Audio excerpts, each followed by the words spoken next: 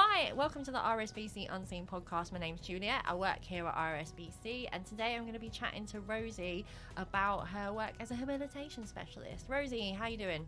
I'm good, thank you. How are you? Not too shabby. Tell us, for those that don't know, what is a habilitation specialist? So, a habilitation specialist is somebody that works with a child or a young person from the age of 0 to 25 with a vision impairment on anything mobility, independent living skills, orientation. So, basically anything day to day. So, it could be from cooking to dressing skills to road safety or long cane training. Anything to help them become as independent as possible. So today we're going to be talking about long cane training. We've got a few young people who we chatted to. We're going to be dropping some audio clips from them in, and I'm going to be putting some questions to Rosie all about it, just to give anyone who's not sure a sense of what it's like when young people first start learning to use a white cane, some feelings they might have around it, and just sort of general tips and advice and all that good stuff. So without further ado, let's dive straight in. So we've got 3 young people that we spoke to for this, and they're going to introduce themselves to us now. Hi, my name's Nyla. I've been using a white long cane since November and a symbol cane since I was 8. I'm 16 years old and I'm from East London. I'm Scarlett, I'm 15 years old and I live in South East London. I've only been using a cane for the past 1 to 2 months. Hi, my name is Asha. I'm 24 years old and I'm from London. I was born with a visual impairment. However, I've only been using the cane for almost 2 years and I'm having a positive experience with it.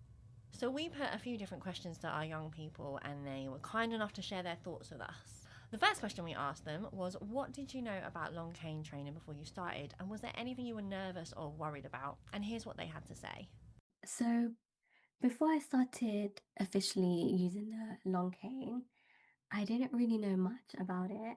And I think the reason why, because I never thought I would use the cane, I didn't really bother to look into it. And I know that sounds really ignorant, but I was really anti the cane because I was really scared. I think my main concerns was just being perceived by the public, and what if I see someone I know and they're going to judge me, or what if people laugh at me?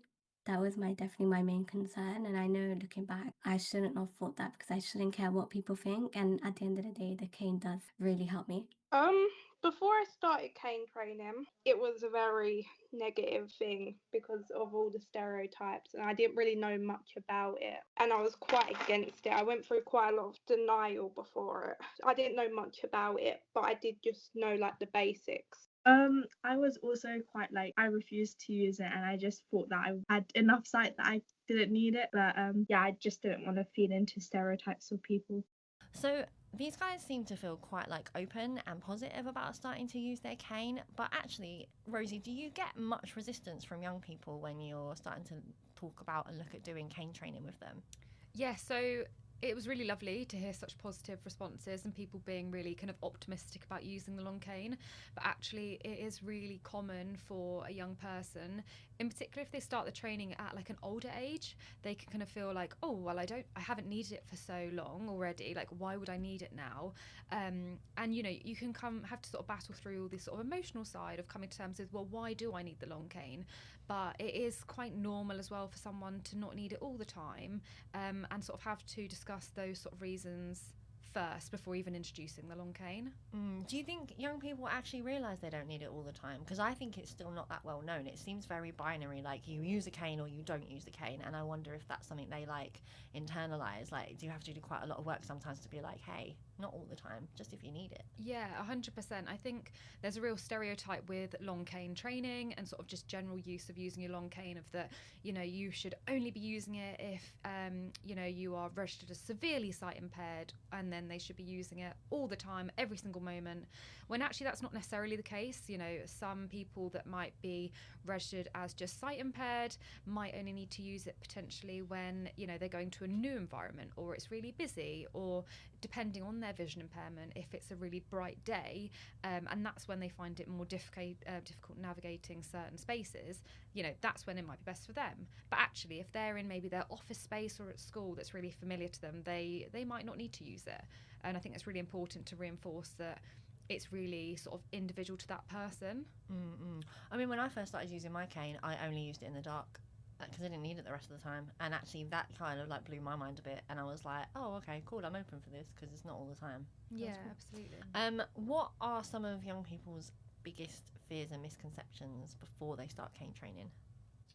I think, like we've touched on it before, I think people feel like there's a lot of reliance on using it all the time, and I think that's not necessarily the case. And I think the biggest thing is worrying what other people think and maybe some judgment from the public. But actually, I think, and it's a whole process in coming to terms with, you know, why are you using it? Actually, it's irrelevant what other people think. It's there to benefit you. What do you find are young people's sort of biggest fears and misconceptions before they start doing their cane training? I think it's a bit of the unknown, so they don't really know what a long cane is and how it actually benefits them. They kind of think this is just sort of a long stick that's out in front of me, when actually the benefits of it is there to give feedback of what's on the floor and, you know, the changes and things like that. And so that can be something, but also the sort of stereotypes of the public and what other people sort of perceive them, and how they're using it and why they're using it. And I think that's the whole thing to come to terms with, of actually they've got to understand how it's beneficial for them. I think that's something that both Asha and Nyla commented on around their fears around what people think. But I love that Asha actually, after starting, said, you know, actually this was fine. But I also think, especially with like teenagers and young people, you have to find that line between pushing and letting them kind of go through the process. Because if you push too hard, they're going to be like force back on it. I guess it's just about giving young people and teenagers time to kind of get there on their own, because you don't want to push too hard. So we asked our young people what their first cane training session was like, and here's what they said. In my first session doing long cane training, it was okay. It was nerve wracking, but I did learn quite a lot. Like examples with the stairs, I didn't know any of that before. And also when stepping down on the curb and crossing the roads with listening and sweeping the cane across the road before you cross. On my first long cane session, I felt it was quite overwhelming, but like once I got the hang of it, it was quite a big relief because I learned a lot of stuff and I wasn't like I was walking around the streets practicing and I wasn't really falling over. And then it came in handy within a week because I started becoming a full-time cane user. My first ever official session was very difficult. I just could not get the hang of using the cane. For some reason, I kept looking down. I couldn't look forward. And I think the reason why it kind of stemmed from, like I said before, just embarrassment. I didn't want people to see me. So Rosie, what does a typical first session look like? Or is there even a typical one? Each session is actually really different depending on the young person. So the HAB specialist might start off with diagonal technique and just actually introducing, you know, the parts of the cane, because it can be quite a daunting thing. And the whole process of even opening and closing the cane, that could be a whole session for some young people, or they might get as far as actually walking independently in a safe space with that cane in whatever technique the HAB specialist introduces. How do young people feel after their first session normally? Typically, I'd say it's usually a really positive feeling, and it's that kind of they realise actually it's not as scary as it may have seemed prior to the lesson, and it gives them, I think, actually hope for becoming independent in the future. I love that, and I think that's something that's not really out there that much, and something that definitely is like reflected in like what Scarlett and Nyla and Asher have said about their sort of first sessions. So we asked our young people to reflect a bit on how they feel about using their long cane now compared to when they first started, and here is what they said. Since my long cane training, I felt a lot more independent and a lot more freedom with it. Obviously, there's still quite a lot of stereotypes with it and a lot of biased thinking with it, but it's given a lot more freedom and it allows people to realize that you do have a visual impairment. Whereas when you're out in public without it, people don't recognize you as much. Since using my long cane, I have prevented quite a lot of injuries and I'm a lot more independent. I'm able to go out without worrying about falling over. But I will say people are quite judgmental when you have a long cane and you're a girl who's a teenager. I obviously have a phone and I hang out with my friend quite a lot.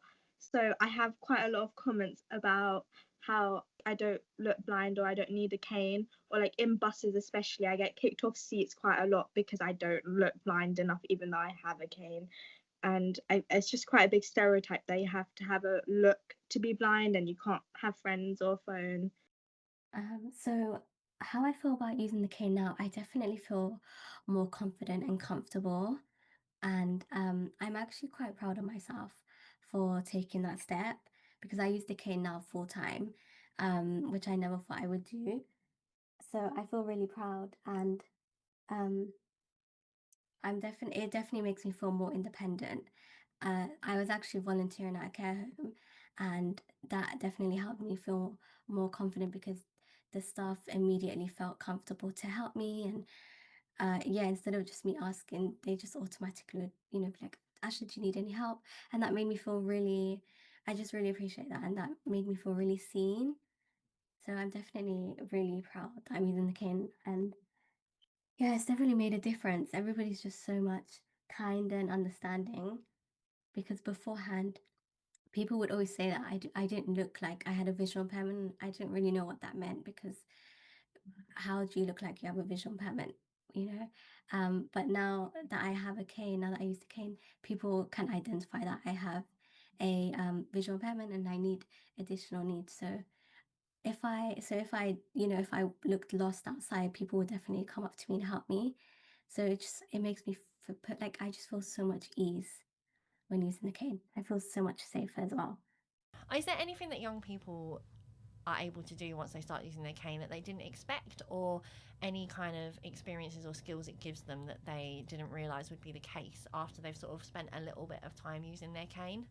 Yeah, I think actually people don't realise that how much feedback that the long cane gives them and how much information that you get up from different textures on the floor. So for instance, some blister paving, actually by using a long cane, by a young person identifying that might help them identify a certain road crossing or where is a safe place to cross on maybe an unfamiliar route, or the ability to identify different textures with their long cane, which before they might have thought, how is that possible?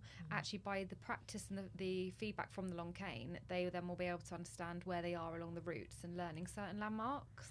Do you think they're surprised about like the sound element? Because I know when I started using it, I was like, oh, I can use like the sound feedback as well to get a sense of my environment more than I expected. Yeah, definitely. I think the sound is a big element too, and sort of people use, when they are traveling with their cane, giving them that more independence. Actually, they might feel when things are maybe more sheltered if they're going underneath a bridge. Those sort of sound elements as well. Mm-mm. To finish off, we're going to hear some success stories from our three young people. I think since using my long cane, I'm able to travel back and forth to football on my own and just go places like a bit more independently. The cane has given me quite a lot of more opportunities, such as being able to go out more by myself, because as before I was not leaving the house without going out with a single person, and now I find it easier to be more by myself and be able to travel by myself to places that I knew I'd never be able to do before without it. Yeah, so my first ever time using the cane by myself, I remember I went to my local pharmacy, which is about 10 minutes from my house, and I was so anxious. Um, but I met a lot of lovely people in my area asking if I need help, and it just made me feel confident and like just everybody's just so lovely. And from that day, I definitely felt, more confident and comfortable to use the cane. I definitely that honestly just made my week. And I told myself, okay, I had such a good experience. I'm going to use my cane full time now. Rosie, have you got any success stories from your work that you want to share? Yeah, I actually had a student where he was quite reluctant to begin his long cane training as his vision had deteriorated quite gradually. And we then were practicing a route with his long cane from his home to the local shops. And then he didn't want to use his long cane anymore. So he said that he would show me the route without his long cane. And he actually ended up bumping into something. And in that moment, he actually turned around to me and went, yep, you are correct. I do need my long cane. And then actually from that moment, I think actually having that experience, which is obviously not ideal, showed to him the need for the long cane. And then the next session we actually went and did the exact same route with the long cane, and he was able to move around it really safely. And he is now, this was a couple of years ago now, he is now traveling independently to and from college using his long cane, and it's just really nice where it's given him that independence that he previously maybe wouldn't have felt confident to do. I think it's nice that you gave him the space to like show you what he was doing and sort of have that little bump and then sort of make him realise, because I think sometimes if you're like, you need to do this because of this, teenagers just like, yeah, you're talking, whatever, but then you're like, okay, go on then, and then you're like, oh, I've walked into a lamppost now, and you're like, okay, actually this might have a benefit. So, you know, you have to let them kind of knock into things and be like, I didn't like that, okay, there's this thing, I'll use it. What would you say to a young person who potentially needs to start using a long cane but is feeling a bit unsure about it? Was there any sort of tips or advice you would give them to encourage them to be open to it? Yeah, I would say just giving it a go, which is so much easier said than done. But I think actually starting off with just the absolute basics and then just practicing it in your own time and giving your own time to process the strategies. But then also finding areas and maybe routes that are motivating to you. So it's going to be quite boring if you're just doing it in maybe a really smooth hall or, you know, down a certain corridor. But actually feeling the benefits of it in somewhere where you can then get from maybe your home to, you know, into town or to a restaurant or to a cafe. Those sort of things then can be really nice motivators, which can then really show a young person the benefits of their long cane and that independence. Thank you to Scarlett, Nyla and Asha for sharing their thoughts and reflections with us, and thanks to Rosie for coming along and chatting with us about long cane training. Hopefully you guys will have found that useful, and if you're thinking about starting to use a long cane and feeling a bit nervous, this will maybe give you some advice and make you feel like ready to be a bit more open about it. So yeah, cheers Rosie. Thank you so much, Juliet. And we'll catch you in the next one. Thanks, bye. Bye.